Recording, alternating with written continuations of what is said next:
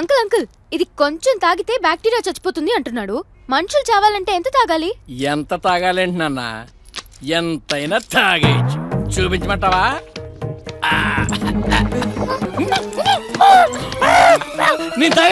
కోపంలో యాసిడ్ కానీ toilet cleaners కానీ తీసుకున్నప్పుడు దానివల్ల ఏమవుతుందంటే మన ఫుడ్ పైప్ అనేది ఇక్కడి నుంచి స్టమక్ పార్ట్ వరకు అది కాలిపోతుంది.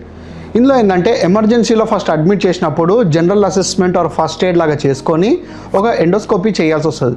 ఎండోస్కోపీ వల్ల ఏంటంటే మన ఫుడ్ పైప్ అనేది ఎంతవరకు కాలిందో మనం అసెస్ చేసుకోవాలి.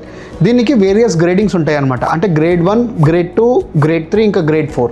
గ్రేడ్ 4 అంటే అది కంప్లీట్గా కాలిపోయినట్టు అర్థం. సో అట్లాంటప్పుడు కంపల్సరీగా అది ఎమర్జెన్సీ సర్జరీకి వెళ్ళాల్సిన అవసరం ఉంటుంది.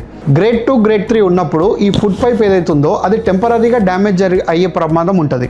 సో ఇట్లాంటప్పుడు ఏంటంటే మనము టెంపరీగా మనం ఫీడింగ్ తీసుకోవడానికి, అంటే ఇదంతా కూడా కాలిపోయింది కాబట్టి టెంపరీగా ఫీడింగ్ తీసుకోవడానికి ఒక చిన్న పైపు ఇక్కడి నుంచి డైరెక్ట్ స్మాల్ ఇంటెస్టైన్స్లోకి పెడతామన్నమాట. ఇది ఒక 3 to 4 months అసెస్ చేస్తాం. అంటే రెగ్యులర్గా ఎండోస్కోపీస్ చేసుకొని ఎంతవరకు అయితే డ్యామేజ్ అయిందో అది ఎండోస్కోపీతో కొంచెం ఓపెన్ చేయడానికి ప్రయత్నం చేస్తాం.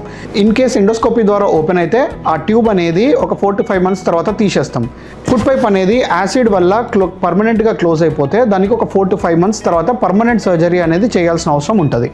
గ్రేడ్ 1కి జనరల్గా కొన్ని మెడిసిన్స్ పెట్టి మేనేజ్ చేస్తాం. సో కోపంలో యాసిడ్ కానీ టాయిలెట్ క్లీనర్స్ కానీ తీసుకునే ముందు ఒకసారి ఆలోచించుకోండి, ఎందుకంటే దీనివల్ల మీకు కొత్త ప్రాబ్లమ్స్ వచ్చేస్తాయి.